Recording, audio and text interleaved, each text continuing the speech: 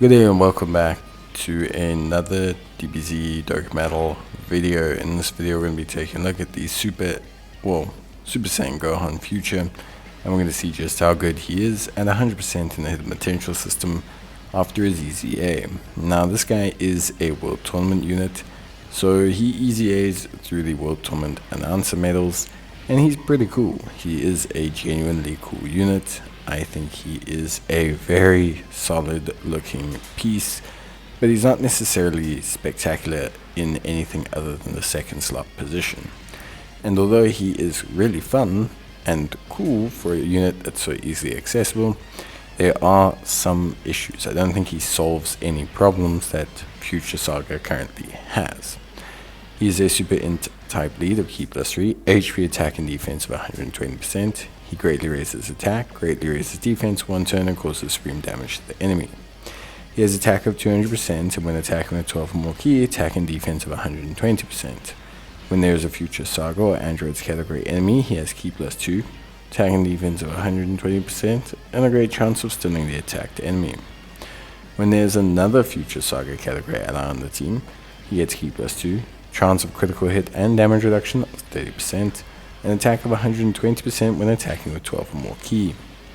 And then when there's an ally whose name includes Trunks on the team, he gets Key +2, chance of performing a critical hit and damage reduction 30%, and defense of 120% when attacking with 12 or more key.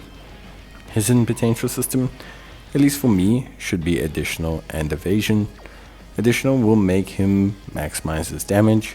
Evasion will give him more defensive output. I'd probably aim for 20 additional and the rest in invasion.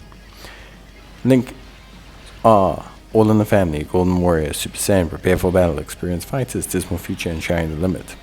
In categories are All Out Struggle, Android Cell Saga, Bond of Master and Disciple, Bond of Parent and Child, Connected Hope, Demonic Power, Earthgrid Fighters, Future Saga, Goku's Family, Hybrid Saiyans, and Super Saiyans.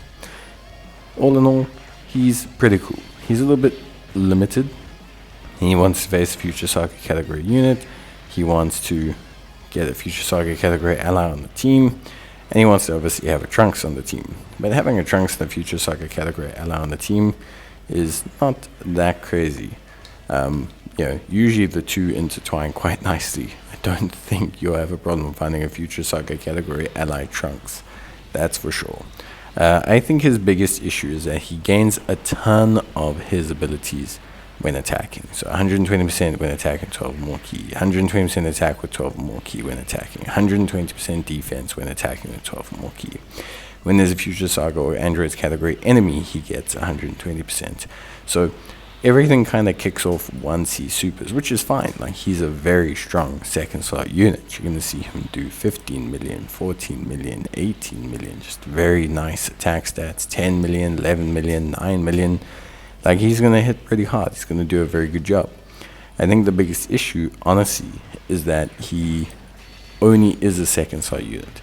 He will struggle with supers or any AoE abilities generally, and he will struggle a little bit, to be honest, with anything out of that.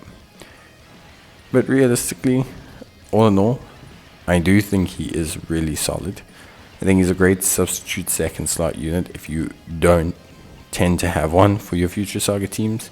So if you don't have a strength LR Gohan, if you don't have a tech Super Saiyan Trunks, but what Future Saga really needs right now is a first slot unit.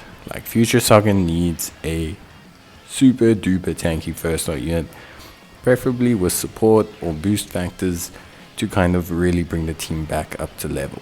The INT, Vegeta and Trunks now just stack and build too slowly to functionally be that tank forever.